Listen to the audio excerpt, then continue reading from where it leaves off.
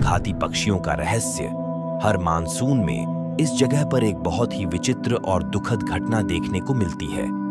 पिछले 100 वर्षों में असम के जटिंगा में जमीन की एक छोटी सी पट्टी पर हजारों पक्षी उड़कर मर चुके हैं। साल दर साल सितंबर और नवंबर के बीच कई प्रवासी और स्थानीय पक्षी गांव में सामूहिक आत्महत्या करते हैं। शाम 7 से 10 बजे के बीच सैकड़ों पक्षी आसमान से उतरते हैं और इमारतों और पेड़ों से टकराकर मर जाते हैं।